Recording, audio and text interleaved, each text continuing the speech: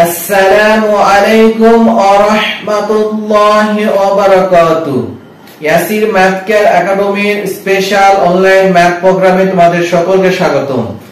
সুপ্রিয় শিক্ষার্থীরা, আজকের ক্লাসে আমি আলোচনা করব নবম দশম শ্রেণীর উচ্চতর গণিত বইয়ের পঞ্চম অধ্যায়ের অনুশীলনী 5.1 নিয়ে। সুপ্রিয় শিক্ষার্থীরা, এই অনুশীলনীতে আলোচনা করা হয়েছে সমীকরণের সমাধান নিয়ে। তো সমীকরণের সমাধান নিয়ে আলোচনা করার পূর্বে এই অনুশীলনী 5.1 এর বেশ কিছু গুরুত্বপূর্ণ বেসিক আলোচনা তোমাদের শিখতে হবে। তো আজকের পর্বে আমরা সেই বেসিক আলোচনাগুলি করব ইনশাআল্লাহ। পরবর্তী পর্ব থেকে আমরা ম্যাথের সমাধানগুলি দেখব।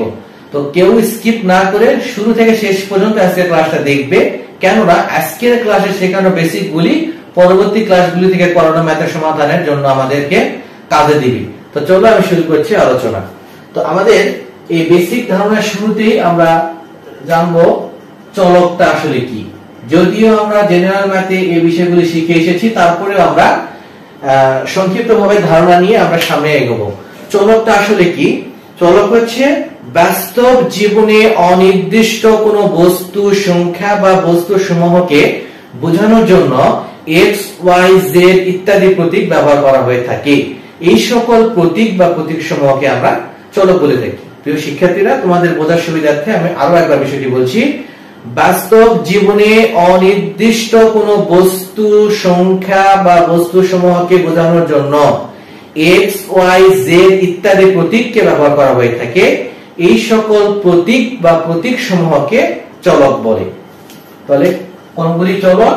দেখো, x, y, z, হ্যাঁ, p, q, r, s, m, n ইত্যাদি, এগুলো আমাদের একটা কি চলক। এই চলকের আরেকটা নাম আছে ভাইয়া, সেই নামটা কি? সেটাকে আমরা বলি অজ্ঞাত রাশি। আমরা তার নাম কি বলি? অজ্ঞাত রাশি। কেন ভাইয়া আমরা এই চলকগুলিকে আমরা অজ্ঞাত রাশি বলছি? ভাই দেখো, এখানে আমার চলক আছে x আছে, y আছে, তেমনি দেখো p আছে, q আছে, হ্যাঁ, তার মানে দেখো m আছে, n আছে। দেখো, এই এক একটা চলকের মান কি আমাদের কারো জানা নয়, কিন্তু আমরা কিন্তু কেউই জানি না x এর মান কত, y এর মান কত, p এর মান কত, q এর মান কত। এই এক একটা চলকের মান কিন্তু আমরা কেউই জানি না। আমাদের প্রত্যেকে কিন্তু এই মানগুলি অজানা। আর এই যে আমাদের প্রত্যেকের যে মানগুলি অজানা, এই জন্য আমরা এই প্রত্যেকটা চলককে আমরা আবার অজ্ঞাত রাশিও বলতে পারি। আচ্ছা, আশা করি বিষয়টা বুঝতে পেরেছো। এখন আসো রাশিমালা। রাশিমালা জিনিসটা কি ভাইয়া? রাশিমালা হচ্ছে একাধিক চলক বা অজ্ঞাত রাশির সমন্বয়ে যেটা গঠিত হয় সেটা হচ্ছে আমার রাশিমালা। বা একাধিক চলক বা অজ্ঞাত রাশির সমন্বয়ে রাশিমালা গঠিত হয়। কিভাবে? দেখো, আমি x plus y দেখো, x আমার একটা চলক, y আমার একটা চলক, তাই না? তা দেখো, এই যে দুইটা চলকের সমন্বয়ে আমরা এখানে যে আকারটা পাইছি, এই আকারটাকে আমরা কি বলছি? একটা রাশিমালা বা অজ্ঞাত রাশিমালা। কেন? ওই যে একটু আগে আমরা শিখলাম যে প্রত্যেকটা চলকের মান আমাদের অজানা, আমরা কেউই জানি না এগুলোর মান কত। যেহেতু আমাদের সকলের মানগুলো অজানা, এই জন্য আমরা এগুলোকে বলছি অজ্ঞাত রাশি। আর এগুলো অজ্ঞাত রাশি হয়, এগুলোর সমন্বয়ে যেহেতু রাশিমালা গঠিত হয়েছে, তাই আমরা এটাকে রাশিমালার সঙ্গে আমরা অজ্ঞাত রাশিমালা বলতে পারি। তাহলে চলক এবং রাশিমালা কি বুঝতে পেরেছো? এখন আসো এই অধ্যায়ের আমাদের আলোচনাটাই সমীকরণ নিয়ে। সমীকরণটা আসলে কি আমরা সেটা একটু জানার চেষ্টা করবো এখন। সমীকরণ, আচ্ছা, সমীকরণটা হচ্ছে কোন অজ্ঞাত রাশি বা রাশিমালাকে কোন নির্দিষ্ট মান বা সংখ্যার সমান রাখা হলে তাকে সমীকরণ বলা হয়। তাহলে কোন অজ্ঞাত রাশি বা রাশিমালাকে কোন নির্দিষ্ট মান বা সংখ্যার সমান রাখা হলে তাকে সমীকরণ বলা হয়। তাহলে আমি এখানে দেখো x plus y কে লিখছি। এই x plus y দেখো, এটা হচ্ছে আমার একটা অজ্ঞাত রাশিমালা। এটাকে আমি দেখো সমান সমান 2 লিখব। তাহলে এটা দ্বারা বোঝাচ্ছে যে এটা হচ্ছে আমার একটা অজ্ঞাত রাশিমালা। এই রাশিমালাকে আমরা এই 2 একটা নির্দিষ্ট সংখ্যা বা মান এর সমান আমরা লিখেছি। লেখার ফলে আমরা এখানে যে আকারটা পাইছি, এটাকে আমরা কি বলছি? একটা সমীকরণ। ঠিক আছে? আবার দেখো, আমি যদি লিখি যে x plus 1 = 0, এইটা আমাদের সমীকরণ। তাহলে x হচ্ছে আমার একটা চলক, অজ্ঞাত চলক। এটার সাথে আমার এখানে একটা 1 যোগ আছে, এই পুরোটা ইকুয়াল যখন আমি একটা নির্দিষ্ট সংখ্যা বা মান 0 ধরে নিয়েছি, নেওয়ার পর আমরা যে আকারটা পাচ্ছি এটা কি, এটা হচ্ছে আমার একটা সমীকরণ। সেটা বোঝা গেছে? আচ্ছা, সমীকরণ তো আমরা বুঝলাম। এখন ভাইয়া এই সমীকরণে দুটো মূল হয়, প্রশ্ন আসতে পারে প্রিয় শিক্ষার্থীরা, ভাইয়া মূল কি? আসো আমরা একটু মূলের ধারণাটা নিয়ে আসি। মূল মানে হচ্ছে যে মান বা মানগুলোর জন্য সমীকরণের উভয় পক্ষ সমান হয়। ভালো করে বুঝো, আমি লিখলাম দেখো x² minus 2x plus 6 is equal to কত? 0। এখন দেখো আমি যদি সাপোজ দেখো x এর মান যদি আমি এখানে সাপোজ ধরো 2 নিলাম, x এর মান কত নিলাম? সাপোজ ধরো আমি x এর মান নিলাম 2। এখন এই x এর মান 2, এই x এর মান 2 যদি আমি এখন ধরো এই বাম পক্ষে বসাই, তাহলে আমার ডান পক্ষে বাম পক্ষের মান কি হবে? সমান হবে। অর্থাৎ এইটা হচ্ছে আমার একটা সমীকরণ। এই সমীকরণে x = 2 আমরা যদি বসাই, তাহলে আমাদের এই সমীকরণের ডান পক্ষ এবং বাম পক্ষ কি হবে? সমান হবে। আর যখনই সমান হবে তখন আমরা বলবো যে x = 2 হবে এই x এর একটি মূল। অর্থাৎ এরকম একটা সমীকরণে যখন এরকম x এর একটা মান বসাই, আমরা উভয় পক্ষ সমান পাবো। এই সমান পাওয়ার ফলে আমরা তখন বলতে পারবো যে এই 2 বা যে মানটা আমরা পাবো ওই মানটা হবে x এর মূল। এক কথায় সহজ ভাষায় যদি আমি বলতে চাই, তাহলে আমরা একটা সমীকরণের সমাধান করার পরে যে অ্যানসার বা উত্তরটা পাবো, সেই অ্যানসার বা উত্তরটাই হবে আমার এই সমীকরণের মূল। ঠিক আছে? তোমরা আর পাঠ্য বইয়ের আলোকে আমরা যদি বলতে চাই, তাহলে যে মান বা মানগুলোর জন্য সমীকরণের উভয় পক্ষ সমান হয় তাকে আমরা বলি মূল। আর সহজ ভাষায় বুঝতে গেলে একটা সমীকরণের সমাধান করার পরে আমরা যে অ্যানসার বা উত্তর পাই সেটা হচ্ছে আমাদের সমীকরণের মূল। আচ্ছা, তাহলে এতটুকু তোমাদের সকলের কাছে ক্লিয়ার আমি আশা রাখি। এখন আসো আমরা যে বিষয়টা শিখব, মূলত এই অধ্যায়তে আমাদের এই বিষয়টা নিয়ে আলোচনা করা হয়েছে, সেটা হচ্ছে এক চলকের জন্য দ্বিঘাত সমীকরণ। এক চলকের জন্য দ্বিঘাত সমীকরণ। ওকে, মূলত আমাদের এই অনুশীলনী 5.1-এ এইটা নিয়ে আলোচনা করা হয়েছে। জিনিসটা কি আমরা বুঝবো। এখন এই এক চলকের জন্য এতটুকু কথা বোঝার আগে আমরা একটু জানার চেষ্টা করব যে দ্বিঘাত সমীকরণটা জিনিসটা আসলে কি। একটু আগে তো ভাই আমরা বুঝলাম যে সমীকরণটা কি, তাই না? তাহলে আমরা এরকম ভাবে শিখলাম, দেখো x + y = 0, দেখো এরকম x + 1 = 0, এরকম দেখো আমরা এই সমীকরণগুলো আমরা একটু আগে শিখলাম কিনা? আচ্ছা, এখন এই সমীকরণগুলো কি সমীকরণ? এগুলো হচ্ছে একঘাত সমীকরণ। ঠিক আছে? তাহলে এটা আমার দুই চলকের একঘাত সমীকরণ। দেখো x এর ঘাত 1, y এর ঘাত 1, তাহলে এটাকে আমি বলতে পারবো দুই চলকের জন্য একঘাত বিশিষ্ট সমীকরণ। আর এই যে নিচেটা দেখো আমার এখানে একটাই যত চলক আছে, এটাকে আমি বলতে পারবো এক চলকের জন্য একঘাত বিশিষ্ট সমীকরণ। এখন ভাইয়া দ্বিঘাত সমীকরণটা কি? দ্বিঘাত সমীকরণ মানে হচ্ছে যে সমীকরণে চলকের ঘাত সর্বোচ্চ 2 হবে, যে সমীকরণে চলকের ঘাত সর্বোচ্চ 2 হবে সেই সমীকরণকে বলা হয় দ্বিঘাত সমীকরণ। আমি যদি এরকম লিখি x² + 1 = 0, এখন এই সমীকরণটাকে আমি বলবো দ্বিঘাত সমীকরণ। কেন? এই সমীকরণে দেখো আমাদের চলকের ঘাত সর্বোচ্চ কত? 2। এখন সর্বোচ্চ 2 হবে, তাহলে এর বেশি হতে পারে। অর্থাৎ সর্বোচ্চ 2 বলা হয়েছে মানে 2 এর কম হওয়া হবে না, 2 থেকে বেশি হলেও সমস্যা নাই। আমি যদি এরকম লিখি x³ + 3x² + 2x + 1 = 0, এইটা হচ্ছে আমার এক চলকের দ্বিঘাত সমীকরণ। দেখো আমার এখানে কি আছে? একটা চলক আছে, এটা কি আমার এক চলকের দ্বিঘাত সমীকরণ। আবার যদি আমি লিখি x² + 2x + 1 = 0, এইটা হচ্ছে আমার এক চলকের দ্বিঘাত সমীকরণ। বিষয়টা বোঝা গেছে? তাহলে এগুলোকে আমরা কি বলবো? এক চলকের দ্বিঘাত সমীকরণ। তাহলে দ্বিঘাত সমীকরণটা আমরা কি বুঝলাম? যে সমীকরণের ঘাত যেই সমীকরণের চলকের ঘাত হবে সর্বোচ্চ 2। ঠিক আছে, ভালো করে মনে রাখবেন। আবার বলছি, যেই সমীকরণের চলকের ঘাত হবে সর্বোচ্চ 2 সেই সমীকরণকে আমরা বলবো দ্বিঘাত সমীকরণ। আমরা উদাহরণ হিসেবে এগুলা দেখতে পাচ্ছি। এখন এই এক চলকের জন্য দ্বিঘাত সমীকরণের একটা আদর্শ রূপ আছে ভাইয়ারা।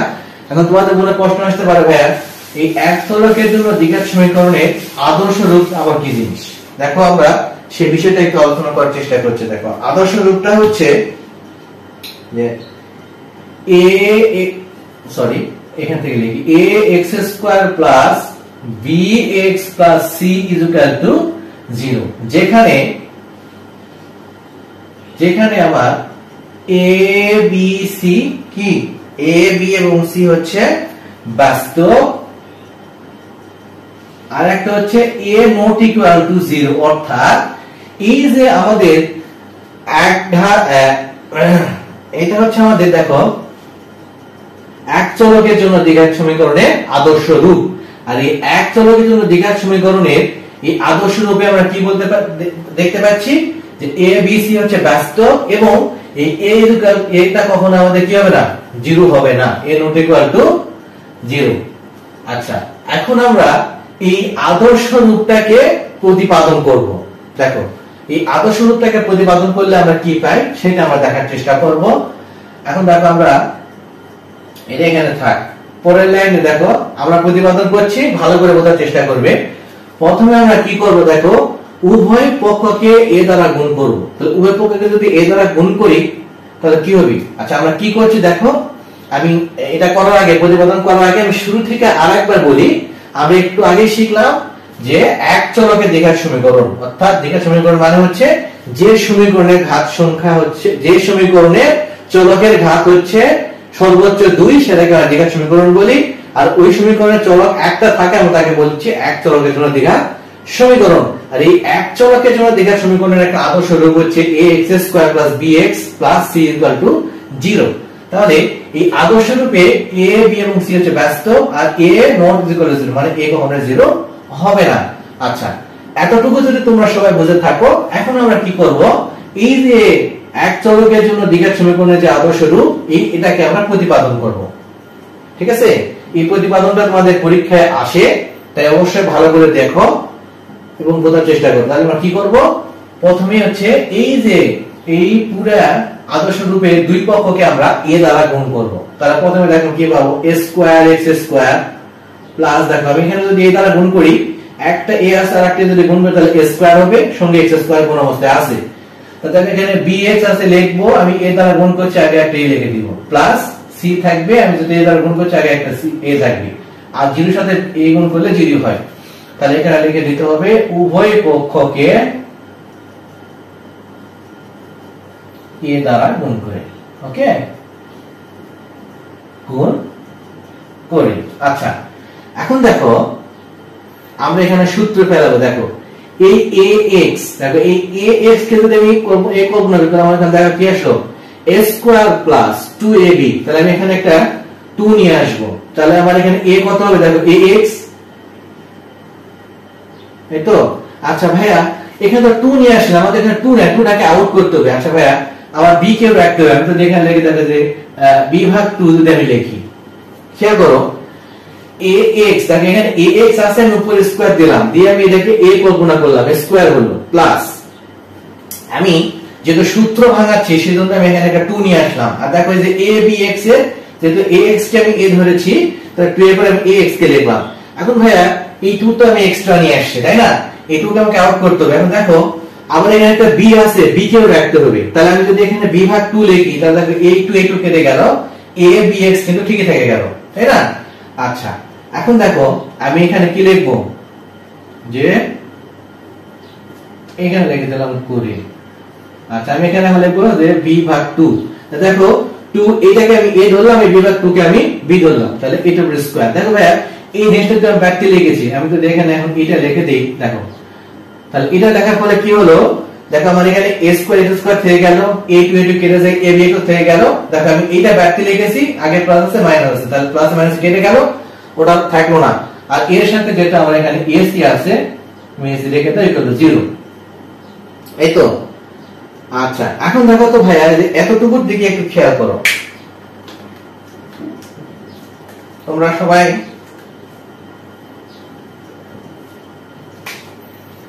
এতটুকুর দিকে একটু তাকাও। দেখো এখানে দেখো এটাকে যদি আমি a ধরি তাহলে দেখো আমার এখানে a স্কয়ার প্লাস 2, এটাকে আমি ধরছি a, এটাকে দেখো আমি b ধরছি b প্লাস দেখো b ভাগ 2 কে আমি b ধরছি, তার মানে b স্কয়ার। দেখো তো a square plus 2b plus b square সূত্র পাচ্ছি, তাহলে এটা সমান সমান আমি কি পাই, a plus b whole square পাই, তাই না? তাহলে a প্লাস হোল স্কয়ার করে আমি এটা লিখতে পারি। তাহলে দেখো তো আমরা এখন এখানে লিখতে পারবো না এটা যে ax প্লাস b ভাগ, দেখো ax হচ্ছে a, b ভাগ 2 হচ্ছে b হোল স্কয়ার, দেখতে পাবো না? আর এখানে যেটা আছে রেখে দাও, আমি এটাকে পরবর্তীতে পরের লাইনে কাজ করব। ওকে, s = 0। আচ্ছা এখন দেখো এই ax প্লাস b ভাগ 2 এর উপর হোল স্কয়ার এটাকে বাম পাশে রেখে আমরা এইটাকে ডান পাশে পাঠাবো, তাহলে কি হবে দেখো এই b ভাগ 2 এর উপর হোল স্কয়ার আছে, হোল স্কয়ার দিয়ে দিলাম, আর এটা মাইনাস থেকে প্লাস, এখানে প্লাস থেকে গেলে মাইনাস হবে ac। আচ্ছা দেখো এখানে আমার ax প্লাস দেখো b ভাগ 2 এর উপর হোল স্কয়ার হয়ে গেল। ওকে, এটা স্কয়ার, তাহলে এখানে দেখো b স্কয়ার ভাগ 4 মাইনাস ac। দেখো আমি কি করলাম, আমি এখানে বিষয়টা আরেকবার ভালো করে বুঝাই দিই। দেখো এটা হচ্ছে আমার এক চলকের জন্য দ্বিঘাত সমীকরণের আদর্শ রূপ। এখানে আমি দেখো লিখতে পারি যে a b c বাস্তব এবং a ≠ 0। এরপর কি করলাম, এটাই সমীকরণটাকে আমরা প্রতিপাদন করছি। কি করলাম দেখো প্রথম লাইনে আমরা উভয় পক্ষকে a দ্বারা গুণ করেছি। দেখো তাহলে এখানে a আছে, তার গুণ করলে a স্কয়ার হলো, x স্কয়ার সঙ্গে আছে, এখানে bx আছে, তার সাথে আমি গুণ করলে একটা যোগ হয়ে গেল abx হয়ে গেল। আচ্ছা এখানে c আছে, c এর সাথে a গুণ করে আমি এখানে ac পেলাম। এখন পরের লাইনে আমি দেখো সূত্র ফেলেছি, তাহলে ax এর উপর স্কয়ার দিয়ে দিলাম। দেখো তাহলে a এবং x এর উপর স্কয়ার একবার করে দিলে a স্কয়ার x স্কয়ার হয়। আচ্ছা এখন সূত্র মিলানোর জন্য দেখো 2ab মিলানোর জন্য আমি এখানে একটা 2 নিয়ে আসছি। এই যে ab x এর ax কে যদি আমি a কল্পনা করেছি, এজন্য আমি ax এখানে লিখলাম। এখন ভাইয়া এই 2 কে আমার সরাতে হবে, b কে আবার রাখতে হবে এখানে, এজন্য আমি দেখো এখানে b ভাগ 2 লিখেছি। তা দেখো 8 এবং a2 কেটে গেল, b ঠিকই থাকলো, অর্থাৎ abx কিন্তু আমরা এখানে আবার পেয়ে যাচ্ছি। তাহলে এই b ভাগ 2 কে আমি কি ধরবো, b ধরবো। আচ্ছা তারপরে আমি প্লাস দিয়ে b ভাগ 2 এর উপর স্কয়ার, তাহলে এটাকে আমি b ধরেছি, তাহলে আমি এখানে দেখো b স্কয়ার পেয়ে গেলাম। এখন ভাই দেখো টোটাল এই জিনিসটা কিন্তু আমার এক্সট্রা, প্লাস b ভাগ 2 এর হোল স্কয়ার কিন্তু এক্সট্রা। তো এই এক্সট্রা জিনিসটাকে আমি তুলে দেওয়ার জন্য এখানে দেখো মাইনাস b ভাগ 2 এর উপর স্কয়ার লিখছি, আর এই যে ac টা ছিল রেখে দিয়েছি, এইবার 0 আছে। এখন দেখো এই যে লাল কালির মধ্যে থাকা এই অংশটুকু দেখো আমার a square plus 2ab plus b স্কয়ারের সূত্র পড়ে গেছে।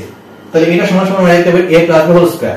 তো যেহেতু আমি ax কে ধরেছি, এজন্য a এর জায়গায় x কে লিখলাম, আর আমি যেহেতু b কে আমরা b ভাগ 2 ধরেছি, এজন্য b এর জায়গায় b ভাগ 2 লিখে তারপর স্কয়ার দিলাম, প্লাস ac = 0। এখন দেখো এই যে ax b ভাগ 2 হোল স্কয়ার এতটুকুকে আমি বাম পাশে রেখে এই যে মাইনাস থেকে পরবর্তী অংশটাকে আমি ডান পাশে পার করে দিলাম। দেখো এখানে মাইনাস ছিল, এজন্য প্লাস হয়ে গেছে, আর এখানে প্লাস ছিল মাইনাস হয়ে গেছে। দেখো আমি এই b কে স্কয়ার দ্বারা গুণ করলে b স্কয়ার হয়, আর 2 কে b স্কয়ার দ্বারা গুণ করলে 4 হয়, আর মাইনাস ac আছে। আশা করি এতটুকু বুঝতে পেরেছো। আমাদের বোর্ডের জায়গা ছোট, ছোট বিঘায় আমি উপরের অংশটুকুকে মিশিয়ে দিচ্ছি। আমি এই যে এতটুকুকে মিশিয়ে দিচ্ছি, আমার এই লাইনগুলি আর কোনো কাজ নাই। আচ্ছা এখন দেখো আমি কি করব, লসাগু করব। দেখো আমি প্রথম অংশটুকু ঠিক রেখে দিচ্ছি যে ax b ভাগ 2 এর উপর হোল স্কয়ার, তার বাম পক্ষ ঠিক থাকলো, ডান পক্ষে আমি লসাগু করব। তাহলে কি লসাগু হবে এখানে দেখো 4, তাই না? তাহলে দেখো আমি এখানে আসলে কত b স্কয়ার মাইনাস, দেখো তাহলে 4 এখানে কিছু নেই, মানে মনে মনে 1 ধরে নেওয়া লাগবে। 4 আর 1 এর কি হয়, লসাগু করলে 4ই হয়, তাহলে 4 এর সাথে ac গুণ করলে হবে 4ac। আচ্ছা ভাই দেখো তো এই স্কয়ারটা আমি যদি বাম পক্ষ থেকে ডান পক্ষে পার করে দিই, তাহলে কি হয়ে যাবে, রুট হবে না? আচ্ছা দেখো আমরা যদি এখন এইটাকে রাখি, আমরা যদি এই স্কয়ার, আমি যদি এই রুটটাকে স্কয়ারটাকে যদি আমি ডান পাশে পার করে দিলাম, এখানে রুট হয়ে যাবে b স্কয়ার মাইনাস 4ac বা 4।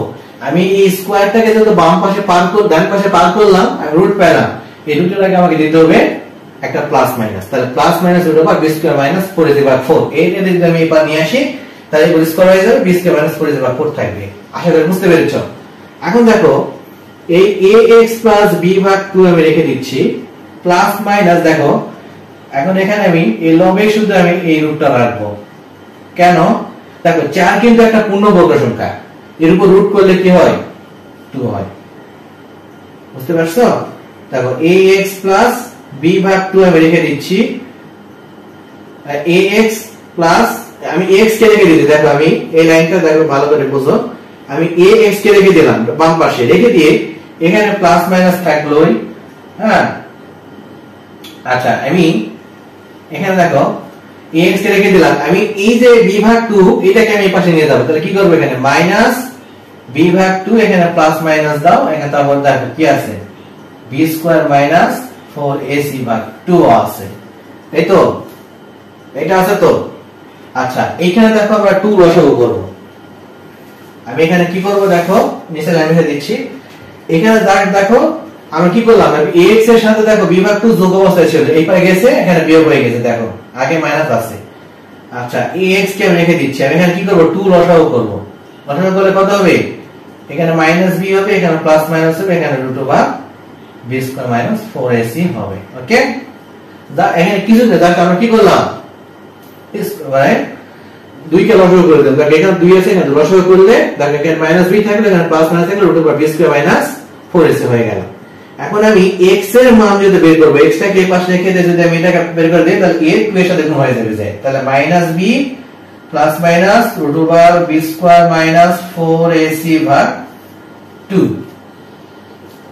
ঠিক আছে, আমি কি পাচ্ছি, আমি এই জিনিসটাকে আমি উপরে আরেকবার লিখছি, দেখো তাহলে আমি এখানে কি পেলাম,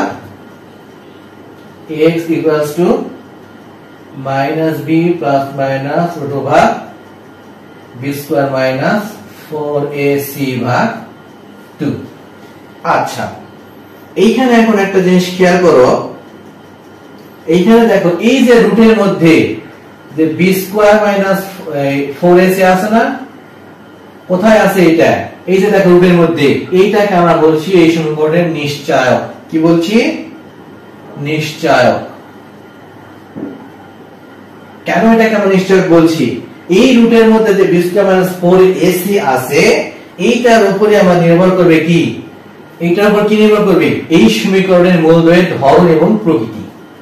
এই যে আমাদের ax square plus bx plus c equals to 0, এই যেটা আমার যে দ্বিঘাত সমীকরণ আদর্শ রূপ, এই সমীকরণের মূলদ্বয় কি হবে? এই সমীকরণের মূলদ্বয়ে ধরন এবং প্রকৃতি নির্ভর করবে এইটার উপর। এই জন্য এটা আমরা বলতেছি কি? নিশ্চয়ক। ওকে,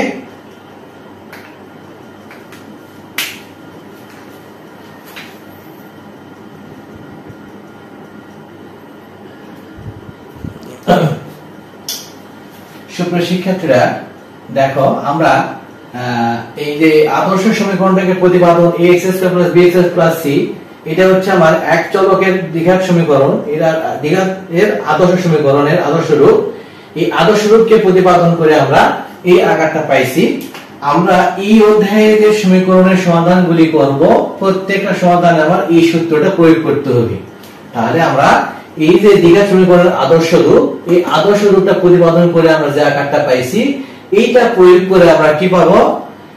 এইটা প্রয়োগ করে আমরা এই অধ্যায়ের সমস্ত সমীকরণের মান পাবো। আচ্ছা এখন দেখো, এই যে আমি একটু আগে বললাম যে এই সমীকরণে দেখো b স্কয়ার মাইনাস 4ac টা হচ্ছে আমার নিশ্চয়ক। কেন? এইটার উপর আমার নির্ভর করবে এই সমীকরণের কি? মানের ধরন এবং প্রকৃতি। ঠিক আছে, তো এখন দেখো এই b স্কয়ার মাইনাস 4ac এর মান কেমন হলে, কোন সময় কেমন হলে এর ধরন এবং প্রকৃতি কেমন হবে, তার চারটা শর্ত আমরা এখানে লিখেছি। দেখো প্রথম শর্ত খেয়াল করো, বলা আছে যে b স্কয়ার মাইনাস 4ac এর মান যদি 0 থেকে বড় এবং পূর্ণবর্গ হয়। হ্যাঁ, পূর্ণবর্গ জিনিসটা কি? দেখো আমি এখানে ছোট করে বোঝানোর চেষ্টা করছি, আমি যে উপরে একটু মিশিয়ে দিচ্ছি। ঠিক আছে, খেয়াল করো পূর্ণবর্গ। পূর্ণবর্গ জিনিসটা আসলে কি? পূর্ণবর্গ মানে হচ্ছে দেখো যেগুলা বর্গমূল করা যায়, যেমন 4, 16, 4, 9, 16, 36, এগুলা কি? পূর্ণবর্গ সংখ্যা। তো আমার এই b স্কয়ার মাইনাস 4ac এইটার মান শূন্য থেকে বড় এবং এরকম পূর্ণবর্গ সংখ্যা যদি হয়, তাহলে আমার ওই সমীকরণের মূল কেমন আসবে? বাস্তব হবে অসমান। কেন অসমান বলো? দেখো দুইটা মান আসবে কিন্তু। দেখো আমি এখানে x এর বদলে মাইনাস b, দেখো plus minus root over b square minus 4ac ভাগ 2। দেখো তাহলে আমি যদি এখানে 2a, দেখো তাহলে minus b plus root over b square minus 4। দেখো আবার এখানে দেখো কি বলা আছে, দেখো প্লাস এবং মাইনাসের কথা বলা আছে, অর্থাৎ একটা প্লাস মান হবে, একটা মাইনাসের মান হবে। আমি কি বলতে পারছি? এখানে যে অসমান বলার কারণ কি? দেখো একটা প্লাসের একটা মাইনাসের, তাহলে মান কি সমান হবে? হবে না, অবশ্যই কিন্তু অসমান হবে। তাহলে এইজন্য বলা আছে যে আবার এই b স্কয়ার মাইনাস 4ac এতটুকুর মান যদি শূন্য থেকে বড় এবং এরকম 4, 9, 16, 36 এর মধ্যে পূর্ণবর্গ সংখ্যা হয়, তাহলে ওই সমীকরণের আমাদের যে দুইটা মূল আসবে, সেই দুইটা মূল প্রথমত হবে অসমান এবং অবশ্যই বাস্তব হবে এবং কি হবে? মূলদ হবে। এখন একই জিনিস আমার এই b স্কয়ার মাইনাস 4ac মান শূন্য থেকে বড় হলো, কিন্তু আমার পূর্ণবর্গ আসলো না। তাহলে এই যে এই b স্কয়ার মাইনাস 4ac কি হলো? শূন্য থেকে বড় হলো এতটুকুর মান, কিন্তু সেটা পূর্ণবর্গ হলো না। তাহলে কেমন হলো? √3, √2, √7, √5, √11 এরকম মান আসবে। এই যে এরকম মান, এগুলোকে কি পূর্ণবর্গ সংখ্যা? নয়, এগুলো কিন্তু পূর্ণবর্গ নয়। তাহলে শূন্য থেকে বড় কিন্তু এরকম পূর্ণবর্গ না আসে, যদি এরকম অপূর্ণবর্গ মান আসে, তাহলে এই ক্ষেত্রে এরকম পূর্ণবর্গ যদি না হয়, এই ক্ষেত্রে আমার সমীকরণের মান কিরকম হবে? অবশ্যই বাস্তব এবং অসমান হবে, আর তার সাথে হবে অমূল। তাহলে এগুলাকে কি আমরা মূলদ সংখ্যা বলতে পারবো? পারবো না। তাহলে এগুলো প্রত্যেকটা একটা অমূলদ সংখ্যা। তাহলে এই জন্য আমার মান অবশ্যই বাস্তব এবং অসমান হবে, আর সঙ্গে কি হবে? অমূলদ। আর যদি পূর্ণবর্গ হয় তাহলে হবে মূলদ। আচ্ছা, এখন দেখো যদি আমার বলা হয় b square minus 4ac is less than 0, অর্থাৎ এই b স্কয়ার মাইনাস 4ac মান যদি শূন্য থেকে ছোট হয়, এখন রুটের মধ্যে যদি -2, -3, -5 এরকম মান যদি আসে, তাহলে রুটের মধ্যে মাইনাস মানটা কি? অবাস্তব না? এই রুটের মধ্যে -2, -3, -5 এটা কি? অবাস্তব মান কিন্তু। এই জন্য যদি আমার এই b স্কয়ার মাইনাস 4ac এর মান যদি কি হয়? শূন্য থেকে ছোট হয়, অর্থাৎ -2, -3, -5 এরকম হয়, অর্থাৎ ঋণাত্মক হয়, তাহলে আমার এই সমীকরণে কোনো বাস্তব মূল থাকবে না। আমি আবার বলছি, যখন এই b স্কয়ার মাইনাস 4ac মান এরকম রুটের এটার মান যখন আমার এরকম কি এখানে রুট আছে না, তাহলে আমরা ক্যালকুলেশন করে যদি এরকম মান আসে, তাহলে এটাকে বলা হয় অবাস্তব মান। রুটের মধ্যে -2 মান হচ্ছে বাস্তব মান, ঠিক আছে? এর কোনো বর্গমূল হয় না। তো এই জন্য এরকম মান আসলে আমার ওই সমীকরণের মূল কি হবে? কোনো বাস্তব মূল থাকবে না। এখন যদি b স্কয়ার মাইনাস 4ac এর মান যদি আমার সমান হয়, কি হয়? এই b স্কয়ার মাইনাস 4ac এর মান যদি আমার কি হয়? ইকুয়াল 0 হয়, কি হয়? আবার ভালো করে বুঝো, b স্কয়ার মাইনাস 4ac মান যদি 0 হয়, তাহলে সমীকরণের মূলদ্বয় পরস্পর বাস্তব এবং সমান হবে। অর্থাৎ নিচে শর্তটা বলা আছে যে আমার এই b স্কয়ার মাইনাস 4ac এর মান, দেখো এই b স্কয়ার মাইনাস 4ac এর মান যদি আমার শূন্য হয়, তাহলে আমার x এর মান, দেখো x এর মান যদি আমার এখানে বলে দেওয়া আছে, দেখো x এর মান -b/2 এ হবে, y এর মানও কিন্তু হবে -b/2 এ। তাহলে x এর মান এবং y এর মান কখন এই দুটো হবে? যখন আমার এই যে b স্কয়ার মাইনাস 4ac এর মান শূন্য হবে। আমি আবারও বলছি, যখন আমরা সমাধান করার সময় দেখব যে b স্কয়ার মাইনাস 4ac এর মান শূন্য থেকে বড় হলো এবং পূর্ণবর্গ সংখ্যা হলো, তখন আমরা ওই সমীকরণের যে দুটো মূল পাবো, সেই মূলগুলি আমার বাস্তব হবে, অসমান হবে এবং মূলদ হবে। যখন আমি সমীকরণের সমাধান করার পর দেখবো যে b স্কয়ার মাইনাস 4ac মান শূন্য থেকে বড়, কিন্তু সংখ্যাটা পূর্ণবর্গ সংখ্যা নয়, তাহলে সেই ক্ষেত্রে আমার এই সমীকরণের মূল কি আসবে? বাস্তব আসবে, অসমান আসবে এবং অমূলদ আসবে। যখন আমি দেখবো যে একটা সমীকরণ সমাধান করার পরে b স্কয়ার মাইনাস 4ac এর মান আসলে শূন্য থেকে ছোট, অর্থাৎ ঋণাত্মক মান, আমরা জানি ঋণাত্মক মান রুটের মধ্যে থাকলে সেটা হবে বাস্তব, এই কারণে এই সমীকরণে কোনো বাস্তব মূল থাকবে না। আর যখন আমরা দেখবো যে b স্কয়ার মাইনাস 4ac = 0 হবে, তখন আমরা বলতে পারবো যে ওই সমীকরণের দুটো মূল হবে সমান, কি হবে? বাস্তব এবং সমান, ঠিক আছে? এরকম। তো এই যে চারটা জিনিস, এটা তোমাদেরকে মেমোরির মধ্যে রাখতে হবে এমসিকিউ এর জন্য। এমসিকিউ এ একটা সমীকরণে বলতে পারে এই সমীকরণের আকার কেমন হবে বা এই সমীকরণের ধরন ও প্রকৃতি কেমন হবে। তো সুপ্রিয় শিক্ষার্থী ভাই বোনেরা, এই ছিল আমাদের আজকের পর্বের বেসিক আলোচনা। সামনের পর্ব থেকে আমরা এই যে সূত্র, আমরা এখানে যে সূত্র পাইলাম, এখানে যে শর্তগুলি পাইলাম, এগুলি প্রয়োগ করে আমরা বিভিন্ন ম্যাথের সমাধান করব ইনশাআল্লাহ। আজকের ক্লাসটি এই পর্যন্তই। সামনের ক্লাস দেখার আমন্ত্রণ জানিয়ে আজকে এখানে তোমাদের কাছ থেকে বিদায় নিচ্ছি।